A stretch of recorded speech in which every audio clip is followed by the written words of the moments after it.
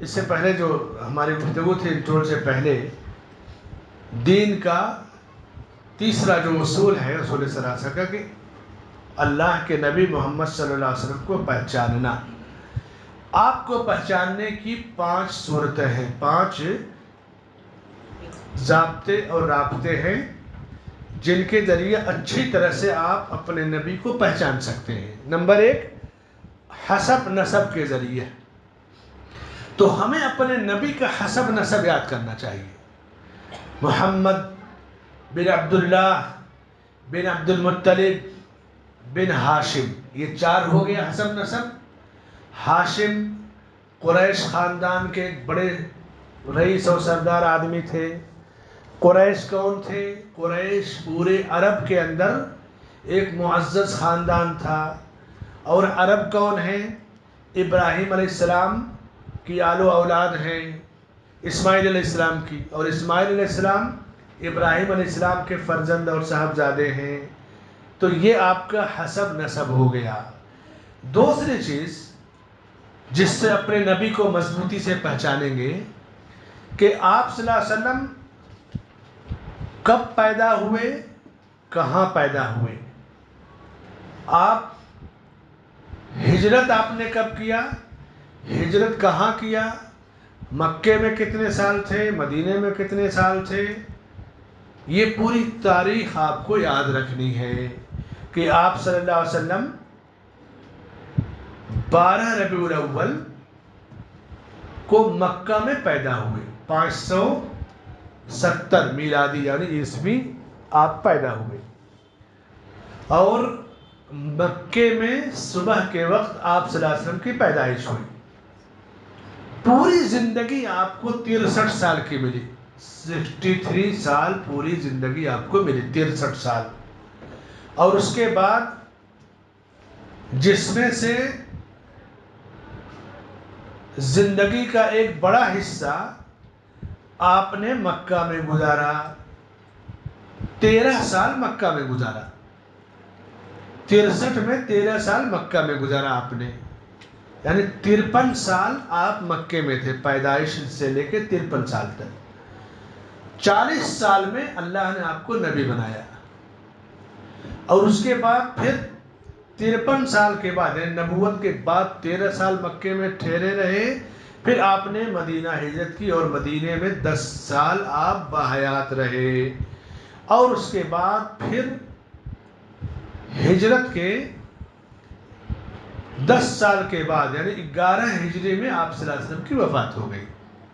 یہ مختصر آپ کی زندگی، پیدائش مکے میں ہوئی، پرورش مکے میں ہوئی، شادی حضرت خدیجہ سے مکے میں ہوئی، نبوت مکے میں ملی، معراج کا واقعہ مکے میں پیش آیا، نبوت کے بعد 13 سال مکے میں آپ قیام پذیر تھے، 53 سال میں آپ نے مدینہ ہجرت کی، اور ہجرت کے بعد 10 سال مدینہ میں باحیات رہے، 11ویں سال ہجرت کے 11ویں سال 63 سال کی عمر میں آپ صلی اللہ علیہ وسلم کی وفات ہوئی۔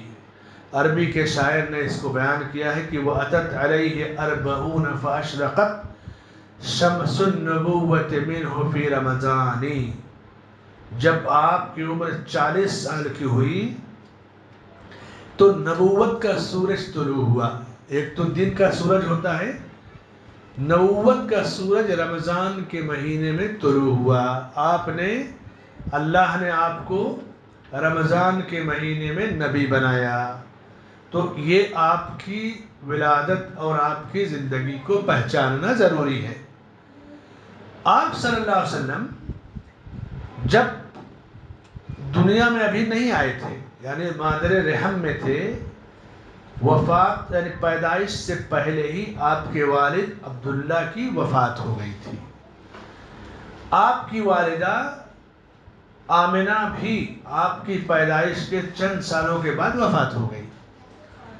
والدہ کے بعد آپ کے دادا عبد المطلب نے آپ کی پرورش کی، اور دادا بھی چند ہی سالوں میں وفات ہو گئے، جو عمر 55 کی ہوتی ہے۔ پھر آپ کے چچا ابو طالب نے آپ کی پرورش کی۔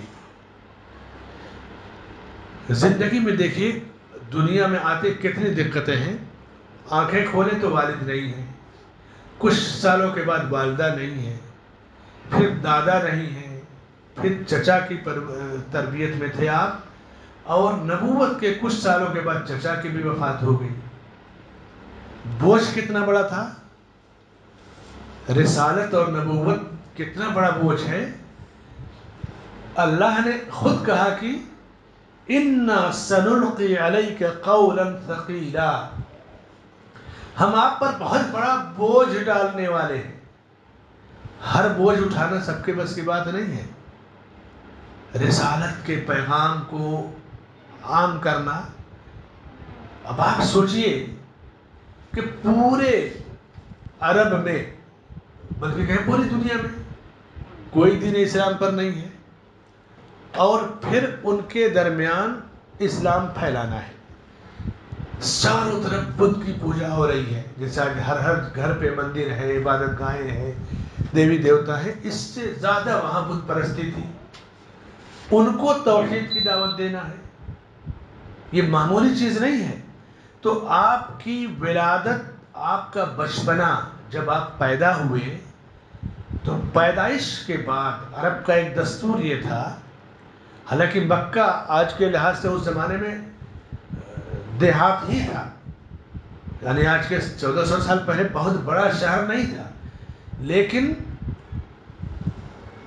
مکے کے باہر جو 2-4 گھر ہوتے تھے صحراؤں میں، جنگلوں میں، کھجور کے جھاڑ ہے، اونٹنی ہے، اور جس کو کہتے ہیں بدوی، بادیہ، جنگلوں میں رہنے والے، وہاں کی ہوا شہر کی ہوا سے زیادہ صاف ستھری ہوتی تھی. تو عرب کے لوگ اپنے بچوں کو باہر بھیجتے، ایک دم اوریجنل نیچرل ہوائیں ملتی تھی پرورش کے لیے. کیا ملے گا؟ اونٹنی یا بکریوں کا دودھ ملتا، تازہ ہوائیں ملتی، تاکہ بچوں کی نشو و نما اور باڈی مضبوط ہو جائے. یہ عرب کا ایک رواج تھا.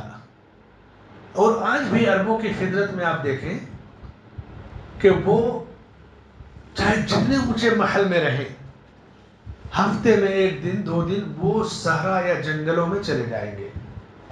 گاڑی میں پورا سامان رکھیں گے اور خیمہ لگائیں گے اور وہاں پر رہیں گے. ان کو پسند ہے یہ ہوا، نیچرل طبیعت، نیچرل ہوائیں پسند ہے ان کو.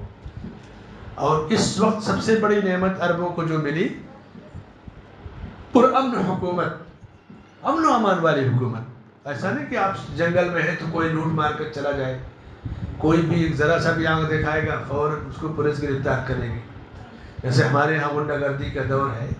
آپ رات کو اگر ہائی وے سے ہٹ کے ذرا کنارے ادھر ادھر ہو گئے تو جان مال عزت آبرو سب خطرے میں ہے.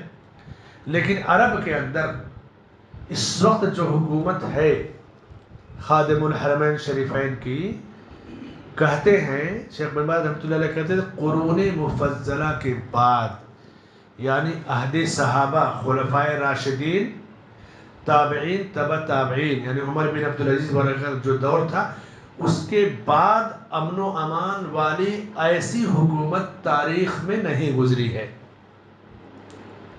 پوری تاریخ آپ پڑھ لیجیے، جو تابعین اور تبع تابعین تک حکومتیں تھیں پرسکون پر امن تھی. اس کے بعد لوٹ مار، نہ جانے حاجی واپس آئے اس کی گارنٹی نہیں ہوتی تھی پہلے. اسی لیے عرب میں کہتے تھے مولود اور مفقود. جب حج کرنے کوئی چلا گیا تو کہتے کہ اب سمجھ لو کہ ایک آدمی گیا، آنے کی کوئی امید نہیں ہوتی تھی. آ گیا تو جیسے کسی نو مولود یعنی نئے بچے کی پیدائش پہ خوشی ہوتی تھی، حاجی کے واپس آنے پہ خوشی ہوتی تھی. کیونکہ کوئی خط و کتابت نہیں، کوئی لیٹر نہیں، کوئی خبر نہیں. آدمی چلا گیا 4-6 مہینے میں آتا تھا، کبھی کبھی سال لگ جاتا تھا قافلوں کے ساتھ آنے میں، اور کوئی خبر نہیں ملتی تھی کون کہاں ہے، کس حال میں ہے، بھول جاؤ اسے. تو آنے کے بعد ایسے ہی خوش ہوتے جیسے کسی کی پیدائش پہ.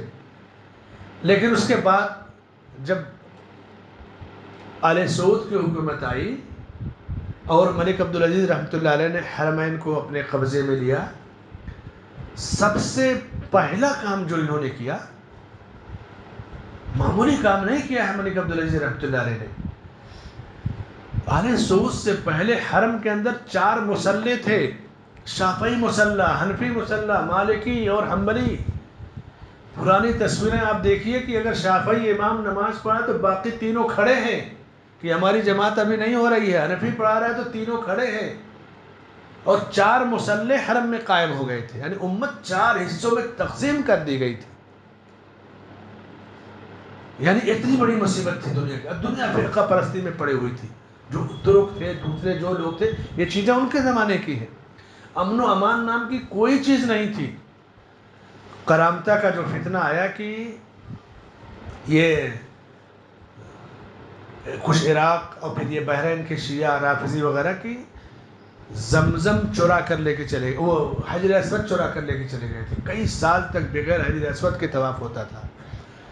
اور اس کے بعد جب فتنہ آیا تو طواف کرتے ہوئے حاجیوں کو جو احرام میں تھے، طواف کر رہے تھے، ان کو قتل کر کے زمزم کے کنویں میں ڈال دیا گیا. ایسا بھی واقعہ گزرا ہے. یہ سب علیہ سعود سے پہلے کا ہے، 200-150 سال پہلے کے واقعات ہیں. لیکن جب سے ملک عبدالعزیز رحمۃ اللہ علیہ نے حکومت سنبھالی، امن و امان اس دور جو عہد صحابہ تابعین میں تھا، اس کے بعد یہ امن و امان والی حکومت ہے. پہلے جو کام کیا کہ 4 مصلوں کو ختم کیا. کہا یہ کیا؟ نبی کا دین ایک، نبی کی نماز ایک، نبی کا راستہ ایک، حرم ایک، کعبہ ایک، کہ 4 مصلے کہاں سے رہیں گے؟ امت تقسیم تھی اور مکمل طور سے فرقہ بندی کی جڑیں گہری ہو گئی تھی. معمولی بات نہیں تھی کہ ان کو ختم کیا جاتا. اچھا، ہر مسلک اپنے علاوہ دوسروں کو کچھ نہیں سمجھتا، وہ سمجھتا وہی حق پر ہے. ایسے میں ملک کو چلانا اور اس کے بعد نظام کو، سسٹم کو دیکھنا، یہ معمولی بات نہیں تھی. پورا مصر مخالف تھا، حملہ کرنے کے لیے تیار تھا. ہندوستان کے جتنے مسلمان تھے، ہندوستان، پاکستان، بنگلہ دیش، سب ایک تھا. 1923، 24، 25 کی بات ہے، آزادی سے بہت پہلے. ان مسلمانوں نے برطانیہ حکومت سے درخواست کی، باقاعدہ لیٹر لکھا کہ ہمارے مقامات مقدسہ پر وہابیوں کا، باغیوں کا قبضہ ہے، ہم کمزور ہیں، آپ ہماری طرف سے ان سے لڑائی لیجیے. یعنی اتنے نادان تھے ہندوستان کے مسلمان. اس موقع پہ پورے ہندوستان میں اہل حدیث جماعت وہ تھی جس نے عرب کے لیے چندہ جمع کیا، کیونکہ پیٹرول نہیں نکلا تھا. مصر بائیکاٹ کر رہا ہے. ہندوستان بہت مالدار ملک تھا عربوں کے مقابلے میں، یہ برطانیہ سے لڑائی کے لیے سفارش کر رہا ہے. لیکن اہل حدیث علماء نے کہا کہ نہیں، ہم توحید کی بنیاد پر مدد کریں گے. اور اس کے بعد پورے ملک سے چندہ جمع ہوا. مومن پورا جو کالا پانی کی اہل حدیث مسجد ہے، وہاں پر ریلیف جمع کی گئی.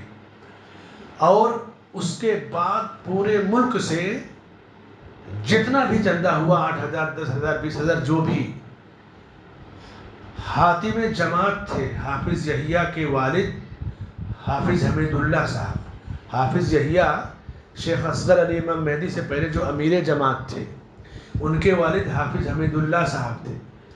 تو انہوں نے کہا کہ شاہ کے پاس اتنی کم رقم جائے گی، جیسے پورے ملک سے 10-20,000 جو جمع ہوا، 1 لاکھ کا چیک دیا اپنی طرف سے. کہا کہ یہ پوری رقم جائے گی، یعنی لاکھ. پورا ملک جتنا دیا اس کا 10 گنا انہوں نے اپنی جیب سے دیا. یہ ہندوستان کے اہل حدیثوں کی تاریخ ہے. اور اس کے بعد بمبئی کے ساحل سے جدہ کے ساحل تک جہاز پہنچا. اور اس کے بعد جدہ میں عمر نصیف رحمہ اللہ، ان کا گھرانہ تھا، عبداللہ عمر نصیف، ان کے گھرانے میں یعنی رابطے تھے خاندان سے شاہی. ریلیف جمع ہوئی، پھر شاہ تک وہ پہنچی، ملک عبدالعزیز تک. اسی لیے پرانی تاریخ میں ہندوستان کے اہل حدیثوں کا عربوں سے بہت مضبوط رابطہ ہے. پیٹرول ڈالر آنے سے پہلے، جب پیٹرول آ گیا تب تو سارے لوگ سیلفی بن کر کے پہنچ گئے وہاں پہ کہ ہم آپ کے ساتھ ہیں، ہم آپ کے ساتھ ہیں. اور کتنے لوگ تو کہیں گے نا اہل حدیث علماء کو کہ ریالی عالم ہے. ایک پوسٹ میں نے لکھا کہ جو ریالی نہیں ہے وہ دجالی عالم ہے. میں نے کہا ریال پر کلمہ طیبہ لا الہ الا اللہ محمد رسول اللہ لکھا ہے، ایک ریال پر. ہمیں ریال سے محبت ہے، کیا آپ کو دجال سے محبت ہے؟ دجال والی کرنسی پہ کیا ہوگا؟ اور اہل حدیث عرب سے، سعودی حکومت سے ان کے ریال اور پیٹرول آنے سے پہلے سے ان کے ساتھ ہیں، عقیدے کی بنیاد پر، فرقہ برستی کی جڑوں کو ختم کرنے کی بنیاد پہ، سنت کو پھیلانے کی بنیاد پر۔ تم تو چند دنوں سے تم نے اپنا یہ جو ہے سلسلہ رکھا کہ ہم وہابی ہیں، ہم فنا ہیں، ہم سلفی ہیں۔ اسی لیے جو اہل عرب تاریخ کو جانتے ہیں وہ اچھی طرح سمجھتے ہیں۔ جب سدیس صاحب لاہور گئے، شریم صاحب یہاں آئے تھے مومن پورہ میں، اور جو ائمہ حرمین آتے ہیں انہیں تاریخ کا پتہ ہے۔ وہ کہتے ہیں کہ ہندوستان کے اہل حدیثوں کا عرب سے قدیم رشتہ ہے، پرانا رشتہ ہے، کوئی نیا نہیں ہے پیٹرول ڈالر کی وجہ سے۔ اچھی طرح سے وہ اس چیز کو سمجھتے ہیں، اور صرف اسی بنیاد پر کہ وہ اللہ کے نبی کی سنت کو زندہ کرتے ہیں۔ چاروں اماموں کو، مسلکوں کو اور مسلوں کو اٹھا کر پھینک دیا، ایک امام کے پیچھے پوری دنیا نماز پڑھے گی، اور آج تک وہ چیز رائج ہے، ایک امام کے پیچھے حرم کے اندر نماز ہوتی ہے۔ اور چند ائمہ آئے، عبداللہ خلیفی صاحب تھے، پھر اس کے بعد سبیل صاحب تھے، اس سے پہلے بھی عبداللہ 2-3 ائمہ اور آئے تھے، بہت زیادہ مشہور نہیں، تب بڑی مشکل سے ریڈیو کا دور تھا۔ اور اس کے بعد پھر سبیل صاحب کے بعد ان کی زندگی ہی میں شیخ عبداللہ خیاط صاحب آئے، جن کے صاحبزادے شیخ دکتر اسامہ خیاط حرم میں امام ہیں، بہت ذی علم آدمی ہیں۔ اس کے بعد عبدالرحمن سدیس صاحب آئے، شریم صاحب آئے، علی جابر، عبداللہ بسپر، یعنی 40-50 سال کے اندر ائمہ الحمدللہ ایک سے ایک، اس وقت تو 13-14 ائمہ ہیں۔ اللہ کے نبی کی سنت کو زندہ کرنے میں، لوگوں کو سنت سے قریب کرنے میں، مسلکوں کی جڑوں کو اکھاڑ کر پھینکنے میں، اس صدی میں آل سعود کا سب سے بڑا کارنامہ ہے۔ دنیا اور میڈیا اس کو نیکی سمجھتا ہے۔ کس چیز کو؟ عربوں کو گالی دینا، سعودیوں کو گالی دینا، ہے کہ نہیں؟ امن و امان کی جو فضا حرمین شریفین میں قائم کی گئی اور جتنی بڑی خدمت کی گئی، آپ میں سے جس نے دیکھا ہوگا مکہ یا مدینہ جا کر کے، اس کی آنکھیں کھل جائیں گی۔ اس طرح کا کام اور صفائی ستھرائی، کہیں کسی بدعت کا وجود نہیں، یہ سب چیزیں سنت سے محبت ہے، نبی سے محبت ہے، نبی سے محبت، نبی کا راستہ۔ تو اللہ کے نبی صلی اللہ علیہ وسلم کے حسب نسب کو جاننے پہچاننے کے ساتھ، آپ کا جو شہر ہے، شہر مکہ جہاں آپ کی ولادت ہوئی، اسے جاننا کہ مکے میں آپ کی ولادت ہوئی۔ مکہ شہر جس طرح نبیوں میں آپ سب سے افضل اور تمام اولاد آدم کے سردار ہیں، اسی طرح جس شہر میں آپ پیدا ہوئے وہ شہر دنیا کے تمام شہروں سے افضل ہے۔ جس شہر کو اللہ نے کہا ام القری، بستیوں کی ماں۔ قرى جو ہے بستی اور شہر دونوں کو کہتے ہیں، یعنی جیسے بمبئی کو عروس البلاد کہا جاتا ہے، یعنی شہروں کی دلہن۔ ہندوستان میں جتنے شہر ہیں، بمبئی اس کو کہا کہ دلہن کا جو مقام ہوتا ہے وہ بمبئی کا، اردو میں عروس البلاد لکھتے ہیں۔ مکے کو، یہ تو عروس البلاد صحافیوں نے اور لکھنے والوں نے لکھا، لیکن مکے کے ام القری اللہ نے کہا ساری بستیوں کی ماں، یعنی رشتوں میں جو حیثیت ماں کی ہوتی ہے وہ کسی اور رشتے کی نہیں ہوتی، اسی طرح شہروں میں مکہ کی وہی حیثیت ہے جو انسانی رشتوں میں ماں کی ہوتی ہے۔ تو اللہ کے نبی جس شہر میں پیدا ہوئے اس کو اللہ نے کہا کہ یہ ام القری ہے۔ اور اس کے بعد مکہ کے اندر کعبہ ہے، کعبہ پوری دنیا کے مسلمانوں کا قبلہ ہے، اور وہاں پر ایک نماز پڑھنے سے 1,00,000 نماز کا ثواب ملتا ہے۔ یہ فضیلتیں اللہ نے کتنی بلند فضیلتیں دی۔ پھر حرم ہے مکہ، حدود حرم بنے ہوئے ہیں نا نشانات، کہ یہاں پر قتل نہیں ہوگا، شکار نہیں کیا جائے گا، اور درخت نہیں کاٹے جائیں گے۔ حرم کی حدود بڑی تفصیل ہے، چاروں طرف کے آپ نقشہ دیکھیں گے آپ کو مل جائے گی۔ تو اللہ کے نبی کا شہر مکہ، ولادت مکہ میں ہوئی، پیدائش سے قبل آپ کے والد کی وفات ہو گئی، پیدائش کے 2 سال کے بعد تقریباً آپ کی والدہ کی وفات ہوئی، پھر چند ہی سالوں کے بعد آپ کے دادا کی وفات ہوئی، دائی حلیمہ سعدیہ کے یہاں آپ کی پرورش ہوئی، اور اس کے بعد پھر جب آپ واپس آئے مکہ تو آپ کے دادا نے آپ کی دیکھ ریکھ کی، پرورش کی، پھر آپ کے چچا نے آپ کی پرورش کی۔ 40 سال کے ہوئے تو اللہ نے آپ کو نبی بنایا۔ بچپن میں آپ نے بکریاں چرائیں۔ بکری چرانا بہت آسان کام نہیں ہے۔ آپ دیکھیے، کبھی آپ باہر جائیں، عرب وغیرہ جائیے تو جہاں 200-400 بکریاں ہوتی ہیں، جو لوگ یہاں سے بکری چرانے جاتے ہیں ان سے پوچھئے کہ بکری صرف چرانا نہیں رہتا ہے۔ مثلا 200-400 بکریاں ہیں، آپ ان کو ہانک کر لے جائیے، چرائیے، واپس لائیے۔ کوئی بکری رات کو بیمار پڑ گئی، کسی بکری نے رات کو بچہ دے دیا، کہیں آپ بکریاں چرانے لگے، راستے میں بچہ دے دیا کسی بکری، 300-400 بکریاں ہیں، تو بہت شاق اور مشکل کام ہے بکریوں کو سنبھالنا، کھلانا پلانا، چرانا، پیدائش ہو گئے اس کو دیکھنا، بھاگ رہی ہے اس کو پکڑنا، بہت مشکل کام ہے بکریاں چرانا۔ اللہ کے نبی صلی اللہ علیہ وسلم فرماتے ہیں کہ کوئی نبی ایسا نہیں آیا جس نے بکریاں نہ چرائی ہوں۔ پوچھا آپ نے پڑھا کہ ہاں میں نے بھی چند درہموں کے عوض، سکوں کے عوض اہل مکہ کی بکریاں اجرت پر چرائی ہے۔ جو آدمی بکری چرا لے گا وہ دنیا کا ہر مشکل کام کر لے گا۔ بہت مشکل، ٹھنڈی ہے، اب یہ ٹھنڈی جو ہے نا اس وقت عرب کے اندر جدہ مکہ کو چھوڑ کر کے ریاض میں، قصیم میں اور دوسرے علاقوں میں 6-5 یہ رات کا ٹیمپریچر ہے، اور 18-19 یہ شام کا ہے، دن کا ہے۔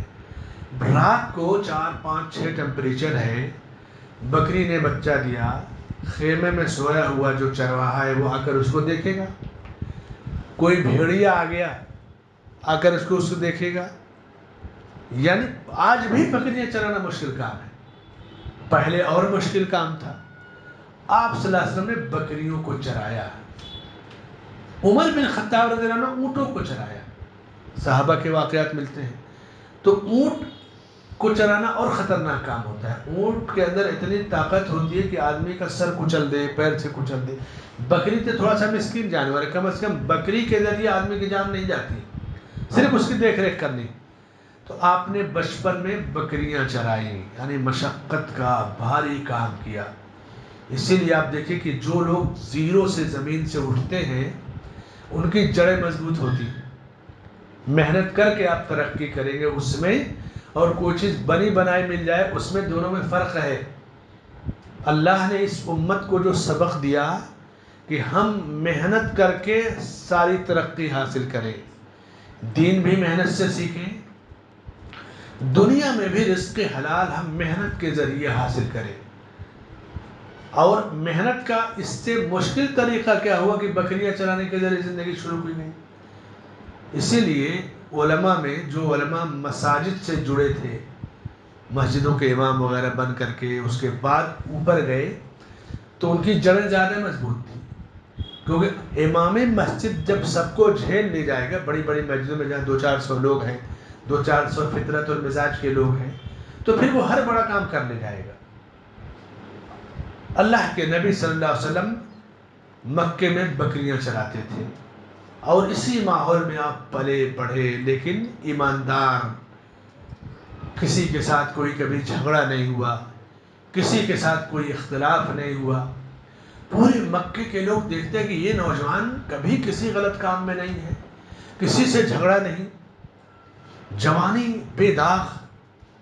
25 سال کے جب ہو گئے تو آپ تجارت کے لیے شام گئے۔ شام یعنی سوریہ، فلسطین، یہ جو علاقہ ہے یہی شام ہے اس زمانے کا، اور آج بھی شام ہی کہا جاتا ہے، اردن کا، جرڈن وغیرہ کا علاقہ۔ تجارت کیسے کرتے تھے؟ جیسے وہاں پر پھلوں کی پیداوار تھی، غلوں کی پیداوار تھی، مکے کے لوگ یہاں سے جاتے اور وہاں سے سامان لا کے مکے میں بیچتے تھے. مکے کا جو سامان تھا وہاں لے جا کر بیچتے تھے, کھجورے وغیرہ اور دوسری جو بھی چیزیں ہوتی تھیں. حضرت خدیجہ نے اپنے مال کا کچھ حصہ دیا کہ لے جائیے, تجارت کر کے لائیے. تجارت بڑی بابرکت چیز ہوتی ہے. آج جو تجارت آج کی ہے, چیچری, چاپٹری, فریب, دھوکہ دہی, یہ سب آج داخل ہوا ہے نا. یہ MBA وغیرہ کے جو کورسز آئے تو کچھ تو بھلائیاں آئی, کچھ میں تو فراڈ اور دھوکہ دہی. اب جیسے یہ ہے, کیسے بیچنا ہے, اس کی قیمت لکھ دیں گے 800 روپیہ, پھر کاٹ کر کے لکھیں گے 50% ڈسکاؤنٹ 400 روپیہ. سامنے والا سوچے گا کہ واقعی آفر ہے, ڈسکاؤنٹ ہے, لیکن نفسیات دیکھیے تجارت کی. قیمت وہی ہے, سامان کی لاگت وہی ہے, لیکن امپریشن, دباؤ کیسے. آپ جائیے بڑی بڑی مارکیٹوں میں, ایسا نہیں کہ وہ واقعی وہ آپ کو ڈسکاؤنٹ دے رہے ہیں, لیکن آدمی کا مزاج ہے, اس چیز کو پسند کرتا ہے. بعض دفعہ دھوکے, فراڈ, جیسے آئل کی کمپنی اعلان دیتی ہے, بورڈ لگا ہے کہ یہ تیل لگائیں کہ آپ کے بال بڑے ہو جائیں گے, اور تیل لگائیں گے بال پھاٹ دے 2 فٹ کا ہو جائے گا. یعنی فراڈ آپ دیکھیے. وہ کہتے ہیں نا کہ وہ کسی شخص نے ایک تیل جو کھانے والا, اس کے بارے میں اعلان دیا کہ بہت اچھا تیل ہے, اس سے جو ہے بیماری نہیں ہوگی, اور جس نے ایڈورٹائز دیا اس کو کینسر ہو گیا. آپ جانتے ہوں گے اچھی طرح سے. تو اس وقت جو تجارت ہے, ان حالات میں سچی تجارت کے ساتھ آگے بڑھنا یہ بہت کڑی آزمائش ہے. عہد نبوی میں تجارت آپ مان لائیں کہ یہ قیمت ہے, آپ بیچیے. آج بھی سچے تاجر موجود ہیں, ایسی بات نہیں ہے. آج بھی سچے اور ایماندار تاجر موجود ہیں, جو ریٹ لکھا ہے, جو تجارت کا سامان ہے بیچتے ہیں, اور اللہ تعالیٰ انہیں روزی دیتا ہے. ضروری نہیں کہ آپ فراڈ کریں, جھوٹ بولیں, ساری چیزیں ہیں. آپ صلی اللہ علیہ وسلم شام گئے, سامان تجارت لیا, بیچے, بہت فائدہ ہوا. تو حضرت خدیجہ کے غلام میسرہ وہ بھی آپ کے ساتھ گئے تھے. تو آپ کی ایمانداری, سچائی کا پورا واقعہ بتائیں. خدیجہ کی عمر 40 سال تھی, پہلے شوہر کی وفات ہو گئی تھی. حضرت خدیجہ نے آپ کو شادی کا پیغام دیا کہ اتنا ایماندار سچا نوجوان کہاں ملے گا, پورے مکے میں کوئی اس طرح کا نہیں تھا. تو آپ کے چچا ابو طالب باحیات تھے. ابو طالب کے ذریعے معاملہ طے ہوا, بات چیت طے ہوئی, اور آپ نے اسے قبول کیا اور رشتہ ہو گیا. 25 سال آپ کی عمر تھی, اور 40 سال حضرت خدیجہ رضی اللہ عنہ کی عمر تھی. آپ اندازہ کیجئے کہ پوری دنیا میں جو دشمن طاقتیں ہیں, جو نبی کے ساتھ کھلواڑ کرتی ہیں, آپ کی عزت و عبور پہ حملہ کرتے ہیں, آپ یہ تھے, وہ تھے, اتنی شادیاں ہوئی, یہ کیا, برائیاں بیان کرتے ہیں. جوانی کی اصل عمر 22, 24, 25 کی ہوتی ہے, 25, 30, 35 جو بھی. اس عمر میں آپ نے ایک بیوہ, وہ بھی 40 سال کی عورت سے شادی کیا. 40 سال کی عمر ڈھلان کی ہوتی ہے, مرد کی اور عورت کی, دونوں کی. خاص طور سے عورت ہے تو 40-42 کے بعد اس کی عمر اور ختم ہونے لگتی ہے, جوانی ختم ہو جاتی ہے. لیکن آپ نے اس عمر میں ایک بیوہ سے شادی کی. یہ ایسا پیغام تھا, اللہ نے اپنے نبی کے ذریعے, نبوت سے پہلے ہی یہ پیغام ملا کہ نبی کی سیرت و شخصیت بے داغ ہے. بیوہ کو بھی سہارا دیا, اور اس کے بعد پھر ایمانداری کی حیثیت سے آپ کے پاس رشتہ چل کر کے آیا. 40 سال میں آپ کی شادی. حضرت ابو طالب نے, آپ کے چچا نے رشتہ طے کیا, اور جو اس زمانے میں رواج تھا نکاح وغیرہ کا, نکاح پڑھایا گیا. حضرت خدیجہ سے آپ کو اولاد ہوئی, زینب, رقیہ, ام کلثوم, فاطمہ, یہ حضرت خدیجہ سے ہونے والی اولاد تھی. اور قاسم, عبداللہ, ان کی وفات بچپن میں ہو گئی تھی. خدیجہ رضی اللہ عنہا آپ کی زندگی میں جب آئی تو آپ کی عمر 25 سال تھی.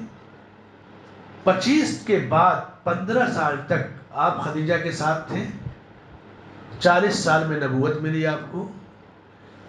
نبوت ملنے کی جو تفصیل حدیثوں میں ہے, صحیح بخاری کے اندر واقعہ ملتا ہے کہ نبوت کیسے ملی, نبوت کے پہلے کی قریب کے کیا حالات تھے, اب چونکہ وقت بھی ہو گیا، اس کی تفصیل انشاءاللہ ہم اگلے درس میں سنیں گے. بس اتنا جاننا کہ آپ کی زندگی، حالات زندگی، حسب نسب، ان کو جاننا. 2 چیزیں ہوئی، 5 چیزیں ہیں نا. حسب نسب نمبر 1، زندگی اور حالات زندگی کو جاننا یہ نمبر 2. تیسری چیز کہ نبوت کب کیسے ملی، اب اس پہ انشاءاللہ آئندہ ہفتوں میں گفتگو ہوگی. یہ ہے دین کا اصول ثلاثہ میں سے تیسرا اصول، نبی صلی اللہ علیہ وسلم کو پہچاننا. اور اس اصول کی یہ 2 پوائنٹ کی چیزیں. اللہ سے دعا ہے کہ اللہ ہمیں اپنے نبی صلی اللہ علیہ وسلم سے سچی محبت اور اطاعت کا سچا جذبہ اور توفیق عطا فرمائے. آمین. وصلی اللہ علی نبینا محمد وعلی آلہ وصحبہ اجمعین.